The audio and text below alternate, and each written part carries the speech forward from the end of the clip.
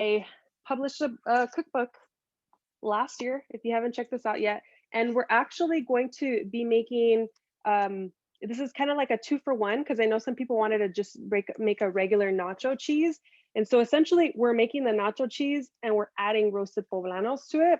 So if you have the book, we're going to be going based off of page 25 here with this nacho cheese. But then obviously ours will be this nice, beautiful green color because we're going to be adding roasted poblanos and jalapeños and making it in a mac and cheese form versus topping nachos with it. So we're going to go ahead and get started with that. And I think that's it for logistical things. So let's get into the actual class itself. So I'll start off with a really quick intro on who I am, why you're here, why we're all here, and then we'll get into ingredients and cooking. So my name is Jocelyn Ramirez. I'm the chef and founder of Todo Verde here in Los Angeles, and I focus on plant-based Mexican food, mostly because I became plant-based and really wanted to still eat all the nostalgic flavors that I had grown up eating, my abuelita's recipes, my family recipes, and kind of keep the tradition going, even though my evolution of that tradition is obviously slightly different. That doesn't include animal products whatsoever. And so I felt like I didn't want to miss out on the things like the nachos and the mac and cheese and the sopa de fideo and the moles and the tacos and this and that, that I could still create plant-based versions of them that would my family would want to eat. So kind of like tables have turned. And it's been so cool to see that happen. And my family is mostly all plant-based. I'm not going to say they're 100% plant-based, but I mean, it's a huge shift in my family that I've seen. And in the community with a lot of people who have been sharing comments and pictures and their journey with this cookbook and what they've been doing with their families. So in honor to share this recipe with you, we're going to be making our roasted poblano mac and cheese that we have made here and there for special events. It's not one that's on our everyday menu for Todo Verde, so it's definitely kind of a special one. So as I mentioned earlier before class is that I already have everything measured out for folks who joined in a little bit later. Everything's meased out, as we say, mise en place, everything in its place. It's measured out. Things are soaked, things are chopped, things are kind of as they should be so that we can get right into the recipe. So kind of the foundation of this cheese sauce is things that you wouldn't expect to be cheese related whatsoever. So I'm going to get into it with starting with our potatoes and our carrots, which I already, instead of using a bowl, went ahead and put it in a pot. This pot is not on, so it's still cold water, and we'll be doing this pretty much together. So I have 3 russet potatoes that I just chopped up. I didn't, do a special dice or anything special. I just went through and did a very rough chop. And the smaller, typically the kind of better, just because it'll cook a little bit faster. And the potatoes serve in this recipe as this nice starchiness. Your cheese is not going to have like a pull like you would see like a stringy cheese. I mean, nacho cheese doesn't really have too much of a stringy pull anyway. But it's going to give it a little bit of that like starchy wanting to kind of hang out together. And then the carrots here mostly serve as coloring. So for this poblano mac and cheese, like if you didn't have carrots, it wouldn't be the end of the world. If you're making the nacho cheese, however, which this again is kind of like a 2-for-1, I'm going to show you how to make the nacho cheese and then we're going to add roasted poblanos and it just changes the recipe. But the carrots mostly act as a color agent in this recipe. So that nice, beautiful sort of like yellowy orange color that you see in this nacho cheese mostly comes from the carrots. So that's their main purpose. You don't need a whole lot of it because you don't want this vibrant orange cheese, but they don't play a whole lot of a role in terms of flavor or anything like that. So what I'm gonna do is I wanna just add enough water like I did here to cover the potatoes and the carrots about 1 inch over the top. And really important here is you want to salt liberally. And after you cook these potatoes and carrots, you want to keep the liquid. The water is what you're going to use to blend this into a smooth sauce. And you want that starchy water because again, you're really using the potatoes here as like a thickener and something that's going to give us like nice starchiness. So you want to salt liberally. I already salted a little bit of this water earlier, but you want to add a good amount of salt. I'm just using the sea salt that I have on hand, whatever you have on hand, just so that your water itself has some flavor to it. And I'm gonna go ahead and put this on my stove at about a medium temperature and just let that hang out until it comes to a boil. And what you wanna do is you want it to come to a point where it's nice and fork tender. So we're literally gonna get a fork in here, pierce some potatoes, some carrots, and if it's soft enough, the fork will be able to come out easily. Obviously, if I were to pierce these with a fork now, the fork would just stay stuck with the potato or the carrot because it's still hard, or it would be really hard for me to pierce through. So you're looking for tenderness all the way through each of these pieces of the potatoes and carrots. So I'm gonna go ahead and add that to my stove. The other thing that I mentioned, if you joined in a little bit later, is I do have a pot of water that I just started to get to a boil, just because I'm gonna use that later to cook my pasta. I'm gonna take it off the stove right now, but I just didn't want to go from like cold water, and we're just trying to watch cold water come up to a boil. So I wanted it to be at least hot. So let me set this back out of the way for now. And Jocelyn, could we use gold potatoes for this recipe? Yes, you can. Yeah, I just typically use russet just because that's what we have on hand, or what I typically have on hand. The other thing I will say is that that I didn't mention is you probably noticed that I didn't peel the potatoes. So that's your call whether you want to peel the potatoes or not. I typically don't. I like to, if it's edible and I could, and it's fine to include in the recipe, eat it, include it. But if you really don't want to see the skin, or you don't like the skin of the potatoes, or whatever the reason may be, you can absolutely peel the potatoes. Um, and I'm also using a high power blender. I'm going to be using a Vitamix, and the Vitamix does a really good job of blending everything until it's pretty smooth and creamy. If you have a blender that isn't high power, just like a regular household blender, and your blender will probably not be able to really blend until that skin disappears and disintegrates into the sauce, then you may also want to consider peeling, just because you'll be able to see like little specks and chunks of skin here and there. Um, so totally your call. I don't do that. And in fact, like I don't even mind if I see a few little specks here and there, but typically for todo verde, I'm like, that's just me personally if I'm cooking at home. But if I'm making it for todo verde, then I want to make sure it's like blended nice and smooth. And the other thing that will help with that, if you don't have a high power blender, or even if you do, is if you add just a touch more of that starchy liquid, it'll kind of help your blender along to like loosen up. And so it's not as thick of a mixture, so that it can really break down any bits that are kind of left behind. You may have a slightly runnier sauce, but when you apply heat to it, you can always reduce that down slightly if you feel like it's a little bit too runny. So I have my potatoes and carrots on the stove. I just put that on about like a medium heat. I'm gonna be keeping an eye on it because I'll be here cooking on the stove, obviously. And as those are going, I want to talk about the other ingredients, and then we'll start cooking our poblanos and our jalapeños. But I just want you to understand, I guess, kind of why I'm using each one of these particular ingredients. So the thing that I wanted to talk about first is my raw cashew pieces. So I have 1 cup here of raw cashews. Actually, these are more of whole cashews. They're just what I happen to have on hand. Typically, I use pieces, so they look a little bit more broken up and not as beautiful and still put together as these do. And I've been soaking them in hot water, maybe for about like 30 minutes or so. And these are really going to serve as this kind of like smooth, creamy texture. So a majority of folks who do use cashews in sauces or plant-based versions of cheeses and things like that are mostly using them as that creamy texture, not so much a flavor component, which is why I really like to use raw cashews versus like toasted and salted or flavored in any way, because there's such a neutral flavor, and you can easily kind of cover the fact that there's cashews in there. Somebody will taste it and they'd never know that there were cashews in there. So it's definitely an ingredient that's good to have on hand. I prefer the pieces because they're cheaper than buying like the whole fancy cashews like I have here.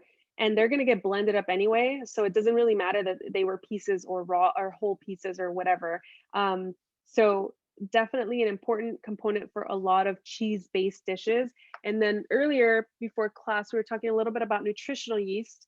So sometimes you can find it in a fine powder. Sometimes you can find it in this flaky powder like the one I have here. And if you do have nutritional yeast and you're cooking along right now, if you smell it, it's kind of this like funky, cheesy, kind of a slightly almost it feels like maybe it's gone through a little bit of a fermentation process. And this is what's going to help our cheese sauce taste a little cheesier. Now, of course, if you wanted to get more in depth into cheeses, you can always ferment your cheese. That's totally possible, although that's going to require more time and effort. So you wouldn't be able to eat this dish today. You'd probably eat it, in a day or two or three, depending on like where you are in your kind of the atmosphere, like whether you're in a dry area, cold area, it's hot, it's humid. And you can add probiotics to your cheese to allow fermentation to happen. So it does taste a little bit more funky fermented, which is what all cheeses go through that give them a nice depth of flavor. We're not going to do that for this recipe. This is more of a quick version, but if you did want to explore that, you can absolutely play with probiotics such as J. dophilus, acidophilus, and make this cheese. So essentially, you'd end up cooking the potatoes, carrots, blending it up with the cashews, the nutritional yeast, and some of the water, like we're gonna do. And then once you kind of get a smooth sauce, you add probiotics to it, and you just let it sit on your counter and not cover it and let it breathe and ferment. And then you'll eat your nacho cheese a few days later, and it'll have more depth of flavor. So totally an option there. All right, so we are going to fire roast our poblano. I'm using 2 poblanos and a jalapeño. And these also go by pasilla as well, poblano pasilla. And then once these are dried, they're called chile ancho pasilla. And so these you can find at your local Mexican grocery store.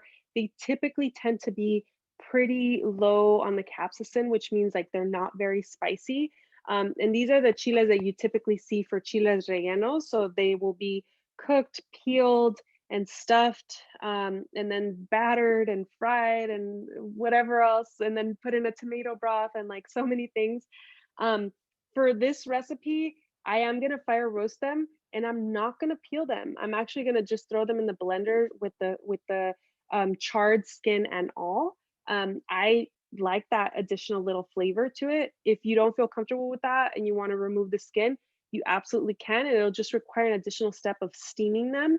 So you would, fire roast them, put them in a bowl, cover them with either another plate or something that's pretty airtight or plastic wrap, and let that steam do its magic so that you can easily peel the charred skin off of it. And it's not necessarily like the meat, the flesh, it's just like this thin, shiny layer that you see. It's like a very paper thin, even I would say thinner than paper thin layer that you're essentially charring off. And then of course we have a jalapeno here, and the jalapeno is just going to add some additional heat because again, these poblanos or these pasilla peppers are not very spicy. But the last thing I'll say about these chiles is every once in a while, you'll get a batch that are extremely spicy out of nowhere.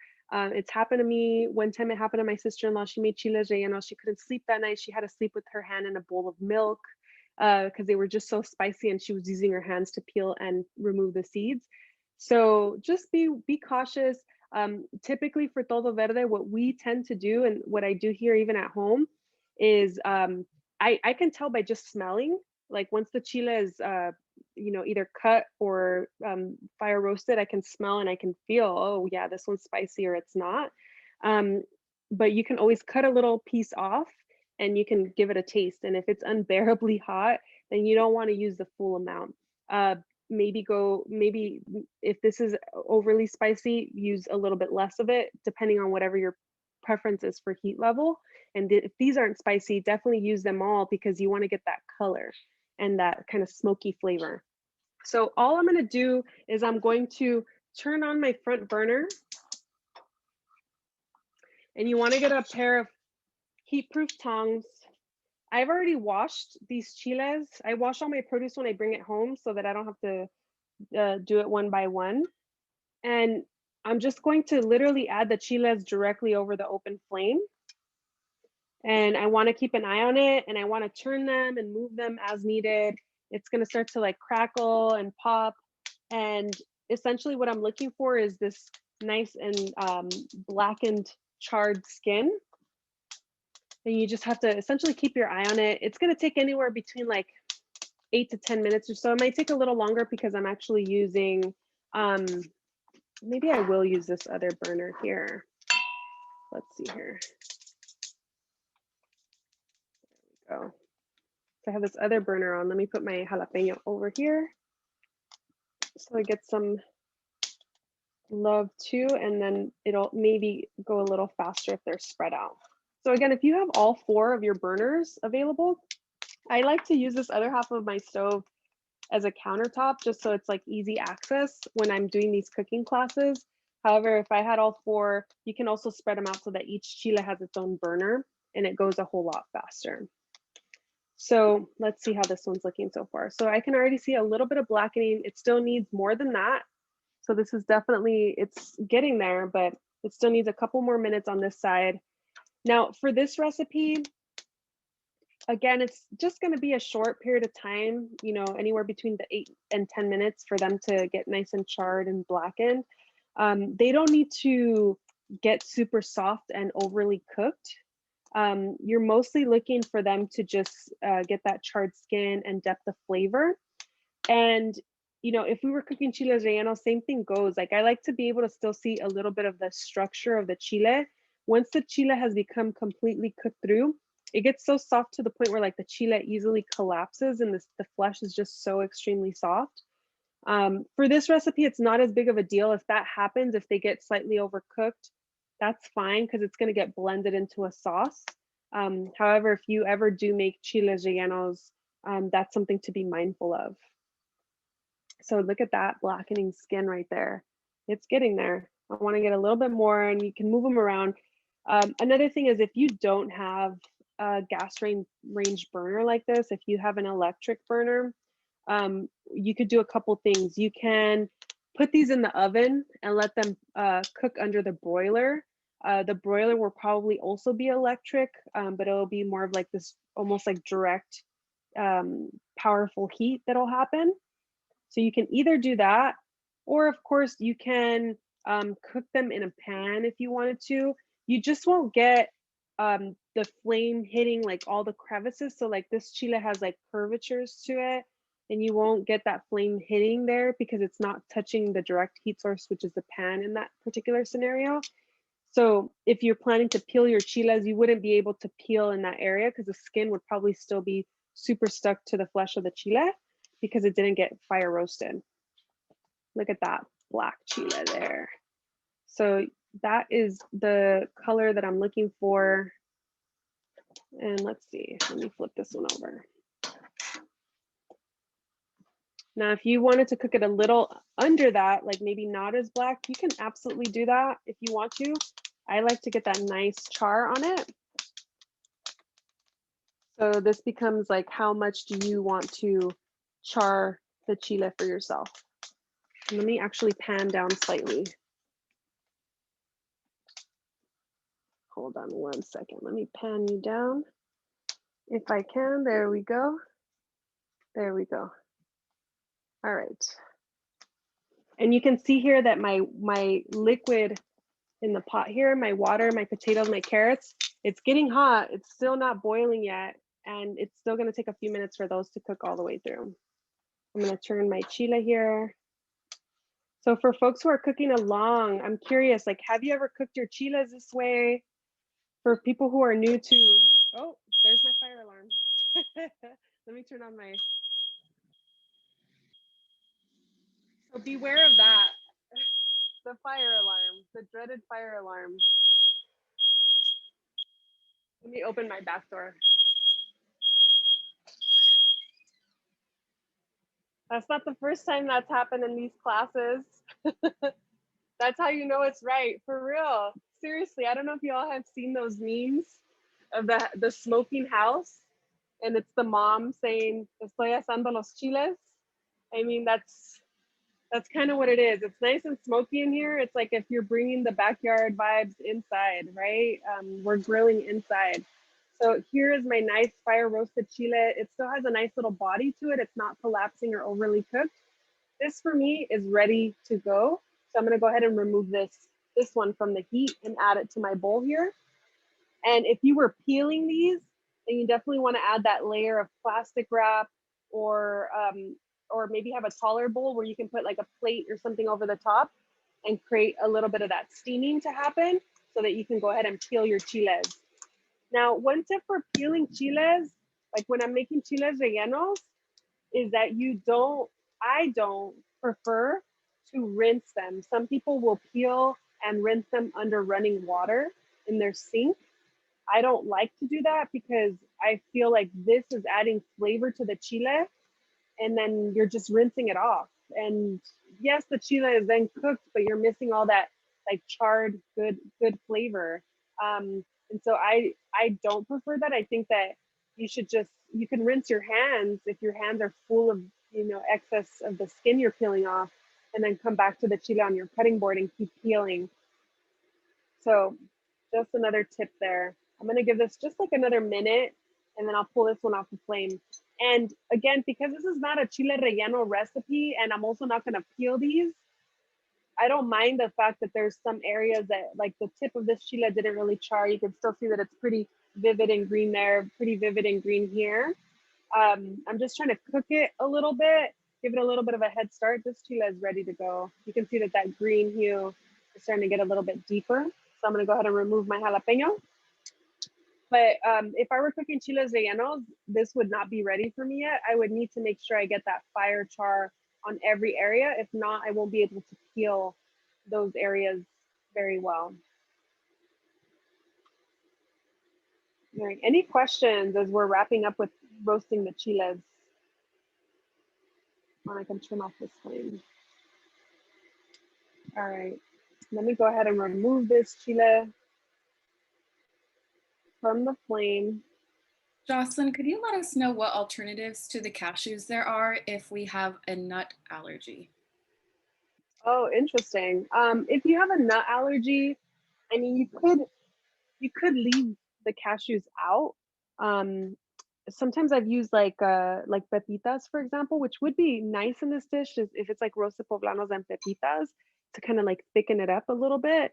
The pepitas are definitely a distinct flavor, so it would change the flavor of the recipe slightly because the cashews are so neutral and the pepitas are not, right? So I would toast the pepitas, fire roast the jalapeños, the poblanos, and then get that all blended up. It's going to taste a little bit like a pipián, but it's going to be really, really delicious. So that could be an alternative. Other things that I've used as thickeners for sauces like this, which might seem kind of weird, but like tofu. If you have tofu available, you can blend tofu in there and it's still going to also create like sort of that creamy, smooth texture. So you can also use that as an alternative. And for tofu, I would pretty much do like almost like a 1-to-1 ratio. So like we're using a cup of cashews, like I would use a cup of tofu and just blend it through. Okay, so my potatoes and carrots are starting to boil here. Good. I'm gonna bring these to the forefront.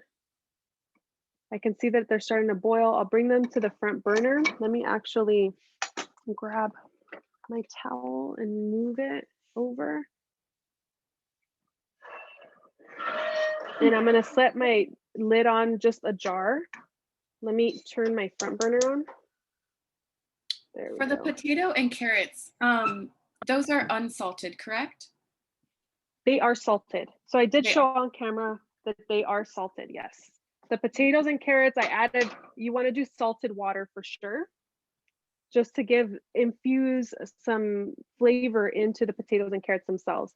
The other thing I did here that I mentioned at the beginning is I had this pot of water boiling before class. I just removed it from the stove now so I can roast the chiles, but this pot is still hot water. So that way it'll be much faster for me to bring this to a boil.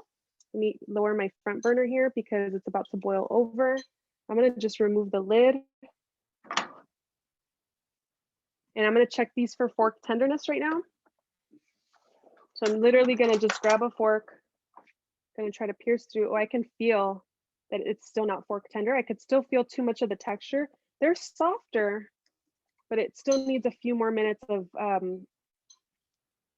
cooking here. So it's probably going to be somewhere around, and you can see like, they still look a little bit like they're just starting to get a little bit translucent. So it's just getting nice and good with the cooking process here. So this needs just a little bit more time. I actually will place the lid back on, just slightly ajar, and keep my eyes on it.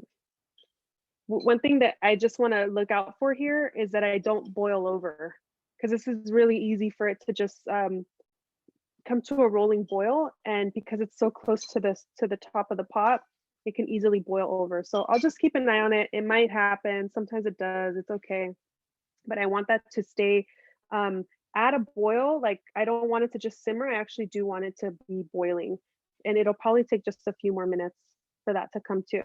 And then once this back water pot is boiling again, I do have here a couple cups of pasta. So I have some elbow pasta, some macaroni, the typical macaroni and cheese. I mean, you could use whatever pasta you have on hand. Like if you have spiraled pasta, I'm forgetting like fusilli and like all the other types of pasta, you could use that. I'm just using a semolina wheat elbow pasta. But I really love like Trader Joe's, for example, they have a brown rice and quinoa pasta that I really love. So that would be great in here. It wouldn't have like that traditional mac and cheese look, but you're getting that nutrients and the flavor that you really want. And so whenever you're cooking pasta, you want to make sure that your water is salted. So I'm going to let that water come to a boil. I'm going to salt the water liberally, same thing that we did for the potatoes. And then I'm going to drop in my pasta. And you want to use like the first, like, a couple seconds to just stir with this type of pasta, especially like with macaroni, because it's so small. It has a tendency to clump together and cook as a clump. So you just want to, take a couple minutes to let the pasta start to absorb a little bit of water and kind of mix, and then you can walk away. And I typically cook it somewhere between like 8 and 10 minutes for pasta. So you can absolutely love that. And then the other thing, whenever you're making pasta too, this is just another tip that you can do for this recipe or others, is you typically want to reserve, once the pasta's cooked, like use a measuring cup and take out, there's my boiling over. There we go. You want to pull out like a cup of the liquid that it was cooking in, the pasta water, that starchy, good pasta water. And once you throw your pasta and your sauce, or in this case, like the Poblano mac and cheese, if you feel like, you have the pot and it gets really thick, like it just absorbs so much of that creamy Poblano mac and cheese sauce, and it just feels like kind of stiff, you can use that pasta water and just put some of that in there, and it'll loosen up the whole dish again. And you're getting that nice starchy good water versus just like regular tap water. So definitely want to do that. So I'm waiting for my pot to come to a boil. I'm waiting for my chiles to come a little bit more to, actually, they're not too bad. I could probably do this step real quick while we're waiting for the other things to kind of come to temp. So all I'm going to do for my chiles is I'm actually going to grab a paring knife, which is over here. And I'm just going to remove the stem. So the stem and seeds. So typically what I do is, and I actually have a cutting board here, so I can just use my cutting board to make this process a little bit easier. So typically what I do is I just kind of cut around. I hold on to the stem and kind of cut around the whole top very carefully, not to cut yourself, obviously. And then I'm sometimes able to kind of just like cut through some of the areas that are attached to the outer flesh and pull out. I'm going to use that and pull out the whole stem and seeds all in one shot. Let's see. Ta-da! There we go. So that is going to be compost. I won't use that. And then sometimes you have some seeds inside. Again, if you don't have a high power blender, you can remove those. I mean, if you just don't want any of those inside, you can just use your paring knife, cut it open. There's usually going to be some liquid inside the chile from steaming, and I like that liquid in the sauce, so I try not to just like drop it out. So you can remove some of these seeds here. This chile is really hot, so just be really careful. If it's too hot, you can always be more patient and not like me right now and just wait for it to cool down. I was like, this is a show. I gotta give the people what they want, you know, even if I burn myself. No, I'm kidding. I have abuelita hands a little bit to a certain extent, so I don't want to jinx myself though. All right, so that's a good amount of the seeds removed there. One more here, maybe one more down there. And then I'll keep going. And I kept this top little piece that I cut off. That's also going to get blended into my sauce. And of course, like I mentioned, if you want to take like a tiny little sliver and give it a taste, what you should be tasting in the poblano is the flavor of chile, but not the spice of chile. More flavorful than a bell pepper, I will say. And this one's actually, it feels a little sweet, so it's not spicy at all. So it's gonna be perfect. And the jalapeno will do its magic of giving it a little bit of that spice vibes to it. So let me cut off stem and seeds coming out of this one now, turning the chile and kind of going all around the top. There we go. Removing that out. You can cut through. And again, if you're peeling the charred skin off, you can do that now as well. It's a bit of a messy job, you know, like it'll get all stuck to your fingers and everything.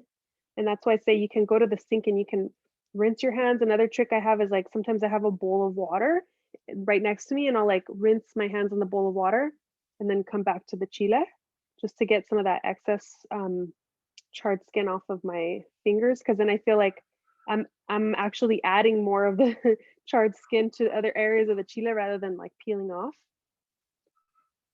And then the jalapeño. I didn't taste this chile. Let me give this chile a little taste over here. That one has a little bit of tiny spice to it, but still not bad at all.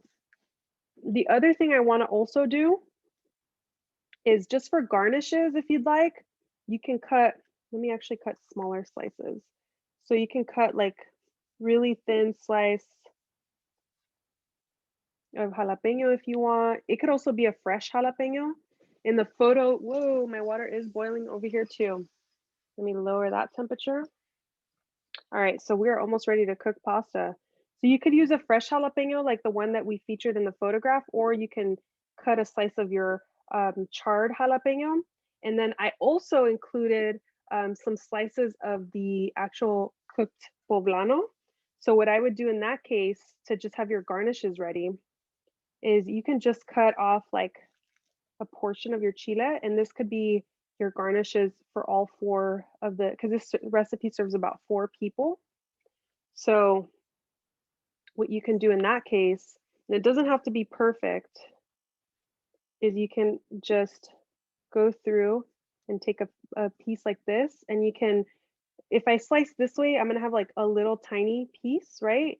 You could do that if you wanted to, like maybe cut that off, throw it in with what's gonna go in the blender, and then just create little super thin slices of what's gonna be on top of the mac and cheese as a garnish. And it's gonna have that little kind of charred bit to it. If you don't want that charred bit for your garnish, just clean off the skin on this piece of the chile that you're only using for garnish. So you would just peel off the skin like this. And again, this is where that bowl of water comes in handy, or just clean your hands. And now at this point, now you can go ahead, and I like to cut from the inside of the chile whenever possible, because it just is, it cuts so much easier. Let me give my hands a quick rinse.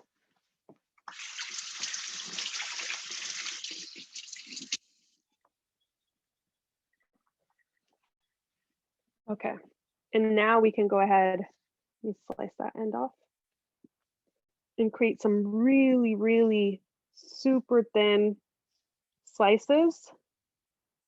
And notice here that I'm bear clawing my other hand. So my hand that's holding down the chile, I'm not doing this, right? That I'm actually kind of clawing my hand down onto the chile. And you'll see here some of the very like super thin, almost like pasta shape, like spaghetti shape, noodle shape, slices that you can add to garnish. And of course, you can always use cilantro too, even though cilantro is not in the dish itself, but it's kind of typical to use that as a garnish too. So now we have our garnishes for all 4 dishes pretty much ready to go. We have our poblano peppers. I'm going to check my potatoes and my carrots right now to see if they are cooked through enough so that we can go ahead and start kind of putting everything together. I have my poblanos all ready to get blended up. And then we are going to start cooking our pasta as we get the cheese sauce going. So any questions? Is everybody doing okay, especially folks cooking? Can you just go over the steps again for the jalapeno? So we're charring it and then we're letting it cool, cutting it. Yeah.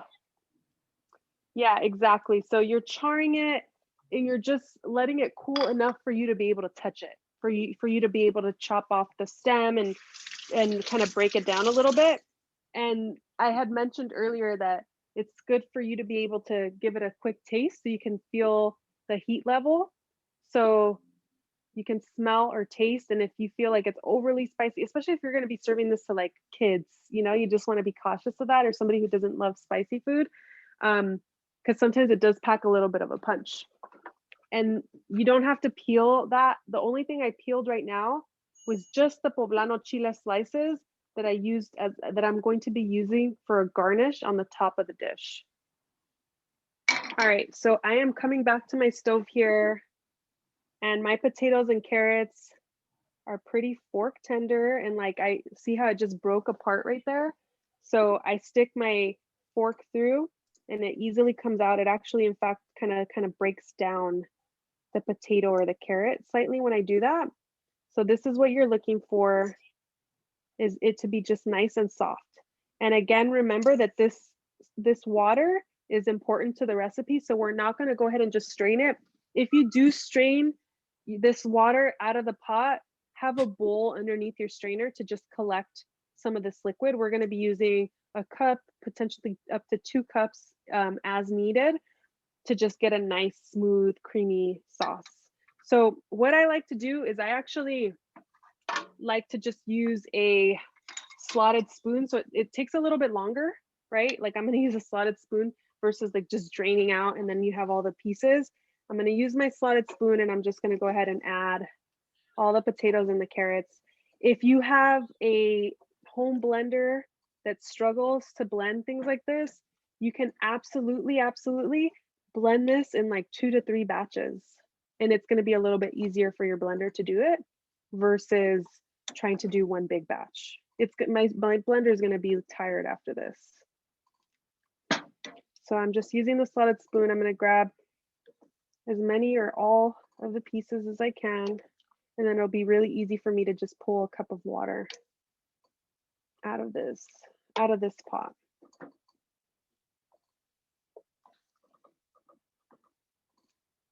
And this water has that salt in it, you know, so it's going to have a little bit of flavor to it. It's not all super bland. I'm just putting this directly into my blender cup.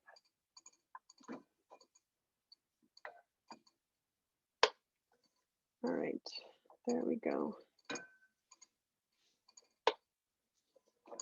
I got most of the pieces. There's like a few pieces floating around in there somewhere, but I think I got most.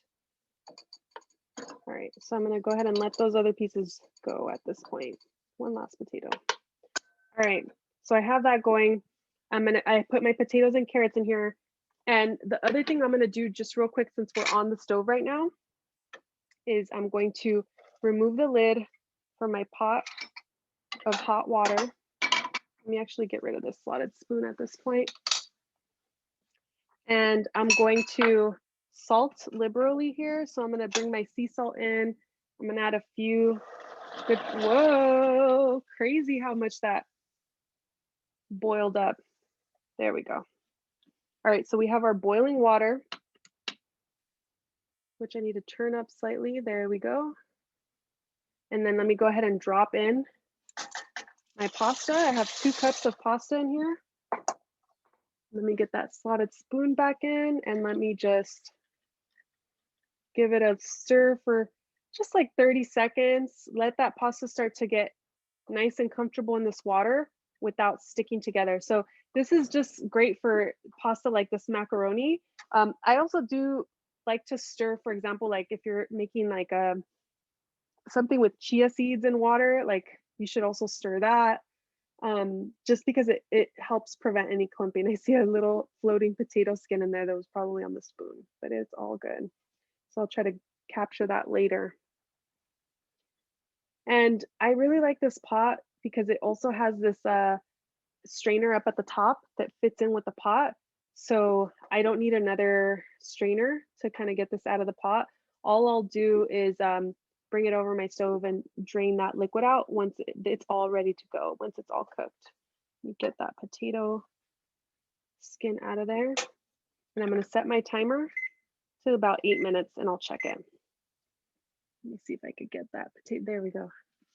All right, so let that cook. I'm not gonna put the lid back on. I'm actually gonna get these lids just out of the way. If you put the lid back on your pasta, for me, it tends to boil over. So I just prefer not to do that. I'm gonna bring my temperature up ever so slightly. I'm just about under medium temperature here with my pasta. And I think I'm gonna just let it go at this point and I'll come back in a couple seconds, maybe like a minute, just to make sure it's not gonna boil over. All right, so back to the counter. We have our potatoes and carrots and they're all in the blender cup here. As you can see, it's like a little bit more than half filled. I'm gonna add in my nutritional yeast. This is a 1/4 cup of my flaky nutritional yeast, which is gonna give it a nice cheesy flavor. And then I have my soaked cashew pieces that have been soaking. So the other thing I didn't mention towards the beginning of class is for soaking cashews, if you use room temperature water, you can soak them a couple hours overnight, put them in the fridge if you want, let them soak overnight, 24 hours. But I wanted them quickly soaked, so I used hot water just to have that happen a little bit more rapidly. And they've probably now been soaking for maybe like an hour at this point. So I'm just gonna drain this liquid. I don't use the soaking liquid in the recipe.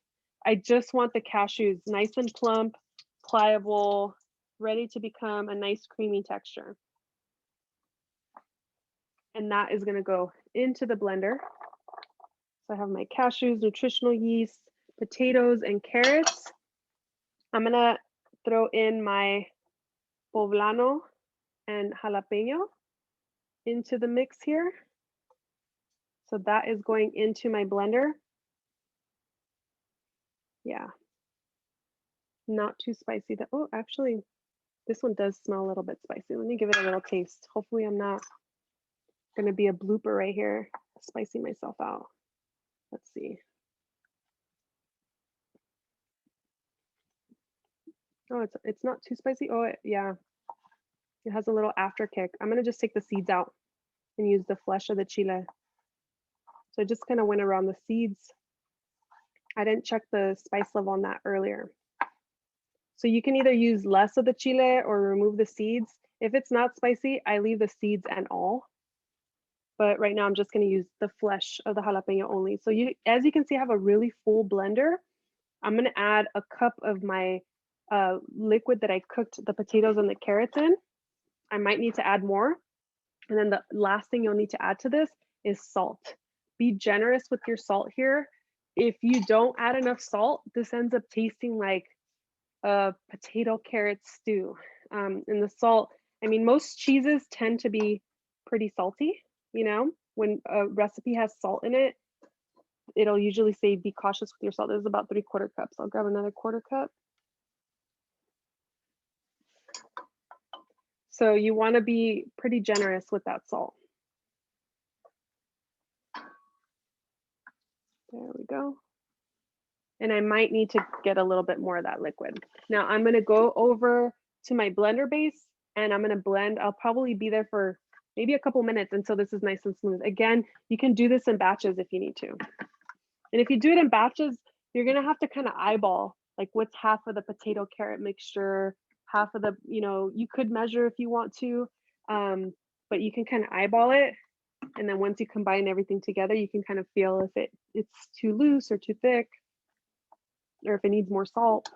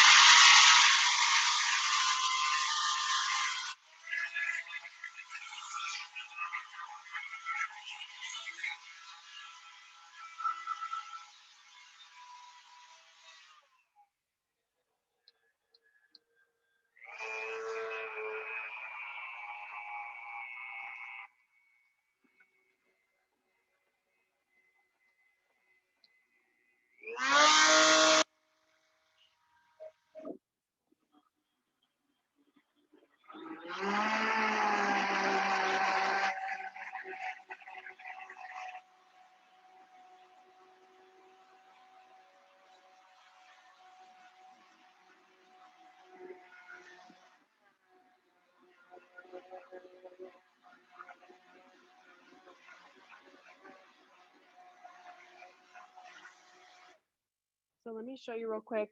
I need more water in mine, more of the starchy water.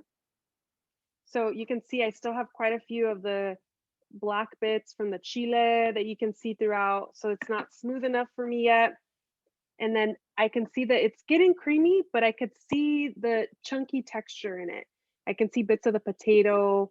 It's still not smooth like it should be for a cheese sauce. It looks like it's blended up stuff. So this is not ready yet. And because my blender is kind of struggling because it's so thick, I'm gonna add a little bit more of my starchy liquid to just help it out a little bit. So I'll add about another, maybe like a half cup to 3/4 cups. I'll add about a half cup and then I'll add more as needed. And I forgot to add salt. I was all talking about the salt. Let me go ahead and do that right now. So I'm gonna add a few pinches of salt. Remember, it's like potatoes, carrots, cashews, it's a bunch of starches. So you can, add quite a bit of salt to this. Let me go back to my blender and blend just a little bit more, and then perhaps add a little bit more of my liquid.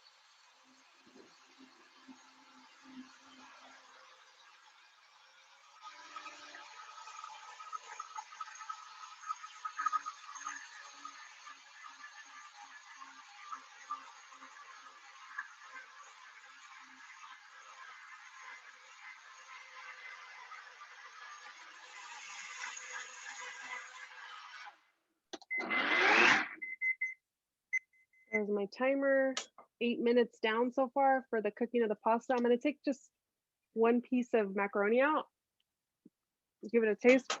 That is definitely cooked through. I'm gonna turn off my temperature there. It's a little bit still chewy, al dente, as they say, right? And so I'm gonna drain that right now and get ready to drop in my sauce. I just wanna get my sauce just right before I do that. Jocelyn, can you hear me if I ask a question? Yeah, I'm gonna add a little bit more of my liquid and salt and give it a taste.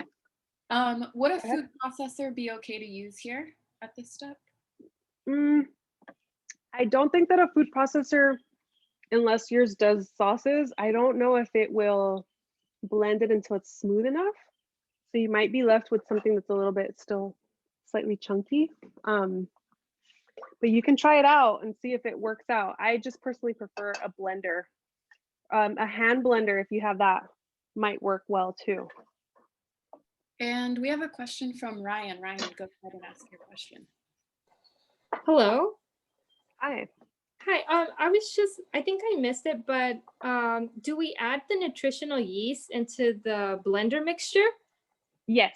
Yeah. So it was potatoes, carrots, nutritional yeast, drained cashews that had already been soaked, and the Poblano peppers, the jalapeño, and some salt. And then I started with 1 cup of the starchy liquid that I cooked the potatoes and carrots in. And then I've been adding a little bit more just to kind of loosen it up and get it nice and smooth. Okay, got it. Thank you. You're welcome. All right, let me keep blending. I'm just about there. I'm gonna drain my pasta.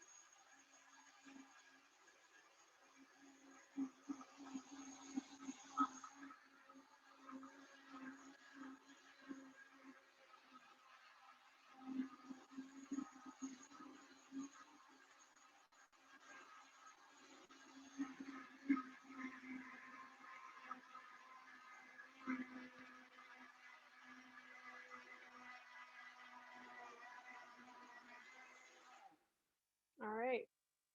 I think I'm good to go here. I still have like tiny little specks of the black in there from the char, which I'm fine with. They're not big chunks anymore.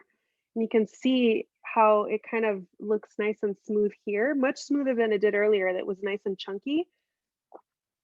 Tasting for salt. Tasting, ooh, it has a nice little kick to it. If you were making the mac and cheese sauce I didn't mention earlier, you would just leave out the poblano and the jalapeno, and this would be like a nice orangey color because of the carrots in there. But this sauce is ready to go. I'm gonna go ahead and drain my pasta over my sink. Let me get this smaller pot out of the way.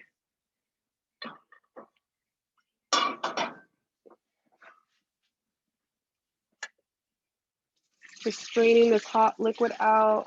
If you were trying to immediately stop the cooking process, you could shock your pasta. The way that you would shock it is you can, after draining, put your pasta in a bowl of ice cold water with ice cubes in it. The ice cubes will eventually melt because the pasta is so hot, and that will shock it and stop it from cooking. I mean, that's if you've ever made like a macaroni salad, that's essentially what you do in that process. So I have here my pot of pasta, nice and hot. I'm gonna grab my blender here, which was like blocking the view right now. And I'm gonna go ahead and pour in. Now I've made this and it sometimes feels like right now I'm gonna pour in about like 3/4 of it. Sometimes it feels like, OMG, it's way too much sauce for the amount of pasta in here. And then go ahead. Could you just hike the camera over a little bit? Perfect. Yeah. There we go. Great. So I just poured in about like 3/4 of it. As you can see, it's like nice and loose. And so what I do is I just put the cover on this and let this sit, or you could turn on the heat and let this reduce down slightly, and the pasta is gonna keep cooking in here.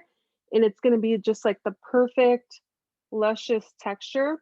If you don't add enough and it's like just perfect right now, and you're not gonna eat it right away, I find that it ends up feeling kind of dry.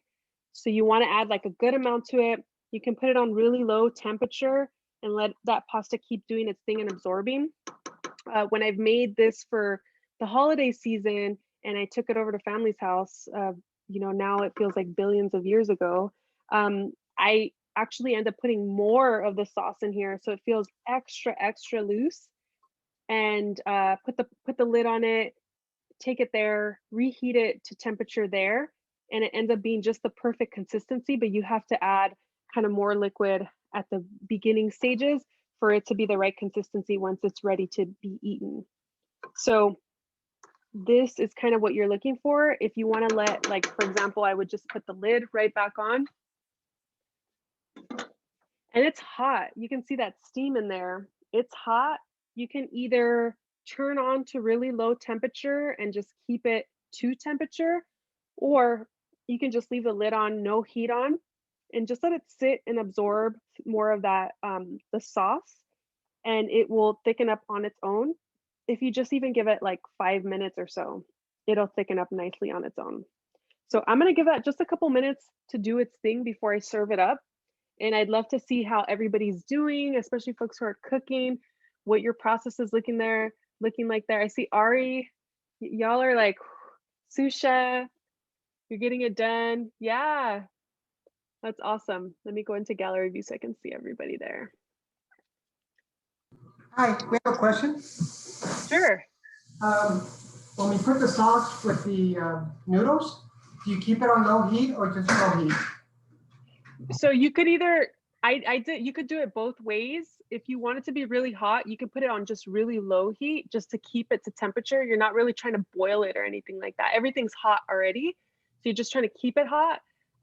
Or you can alternatively just put the sauce in there, put the lid on like I have now, and I have no heat on it right now. It's just sitting there. And then when I come back to it in a couple minutes, if it feels like it got too thick, I have more sauce to kind of hit it with a little bit. If you ran out of sauce, like if you had, you know, if it got too thick and you ran out of sauce, then you can hit it with that pasta water if you reserved some, or the starchy liquid from the potatoes and carrots. Thank you. You're welcome. How's it going, Cynthia?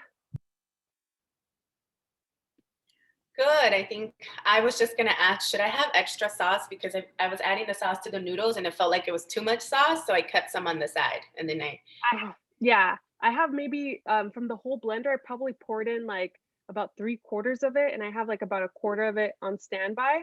And so I might pour more into it. I kind of want to wait and see like how my pasta is looking. Okay. Yeah.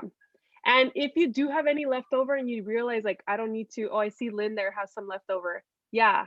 So what you could do with that leftover too is like, it's just really good on like, if you eat it with like chips, even just like that, the way you would do nachos, it's really good too.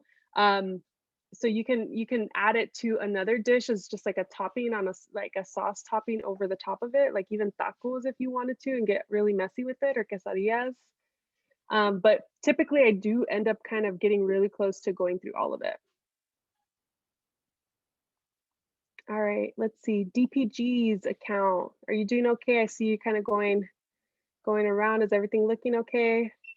Yeah, everything's doing good. One thing I did though that was different was I substituted the potatoes for cauliflower.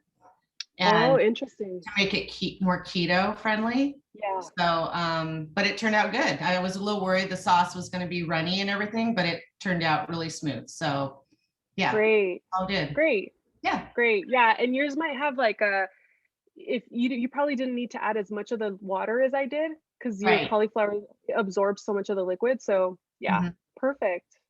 Great. Let me know how it turns out. I will. Thanks. Yeah. Marissa, how's it looking for you? It looks and tastes amazing. Yay. I used chickpea pasta instead of the whole wheat pasta, and yeah, it's good stuff. But I also have a ton of sauce left over, which I'm not mad about. I'm okay with that. Yeah.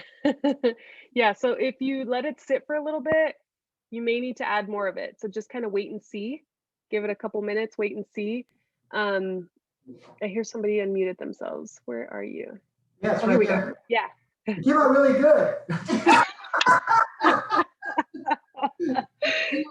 My smoothie. Yeah, our blender died, but it worked. Yeah. I need to go buy a new one. So. Yeah. That's so funny. Awesome. Thank you. All right, let me see how mine is looking. Happy birthday to you. All right, so let's see here. It still feels a little bit loose, but okay for me. If you want this to be a little bit thicker, you could turn on the stove and let that keep going a little while longer. I like that nice, like creamy, falling off the like the spoon kind of vibe. So really up to, I know for mac and cheese generally, like people have different ways that they like to enjoy mac. Like some people like it baked, some people like it nice and loose. You know, so kind of up to your personal preference on like how much of the sauce you want there. So I'm gonna go ahead and start plating mine.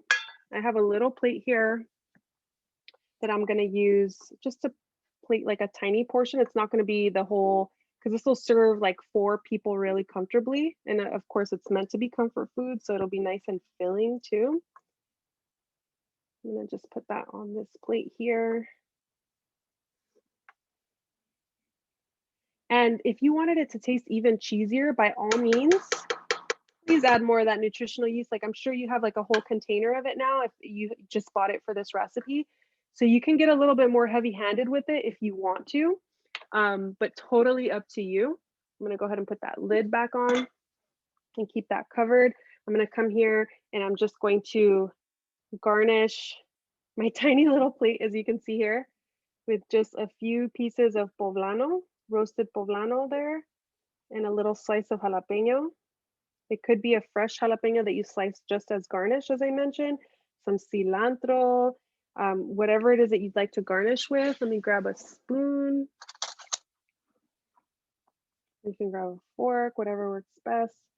There is that little mac and cheese ready to be eaten.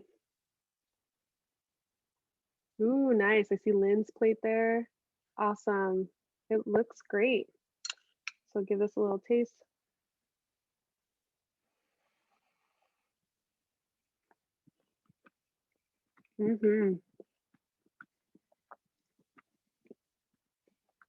My pasta's like perfect, not overly cooked because I stopped it right when it was like kind of al dente. It still needed a little bit more time to cook in the liquid. So it's like absorbing the pasta sauce even more so, or the cheese sauce. That looks great. Wow. Fanning the poblano and everything. It looks great. And so you should feel, depending on how spicy your poblano or your jalapeno are, there should be a subtle heat in the background. So you should be able to kind of enjoy it, so to speak, like without feeling like you're getting, what's the word for enchilado, like spiced out, whatever the word is in English. But you should definitely feel a little bit of that heat in the back of your tongue, the back of your throat, that reminds you like there's chile in here, you know?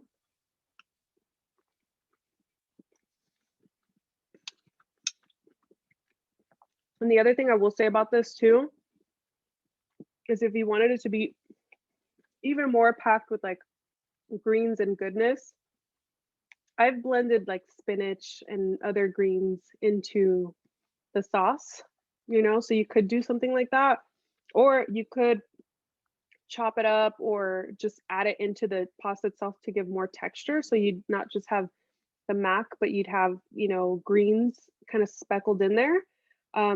Not your average or typical mac and cheese dish, but you know, why not?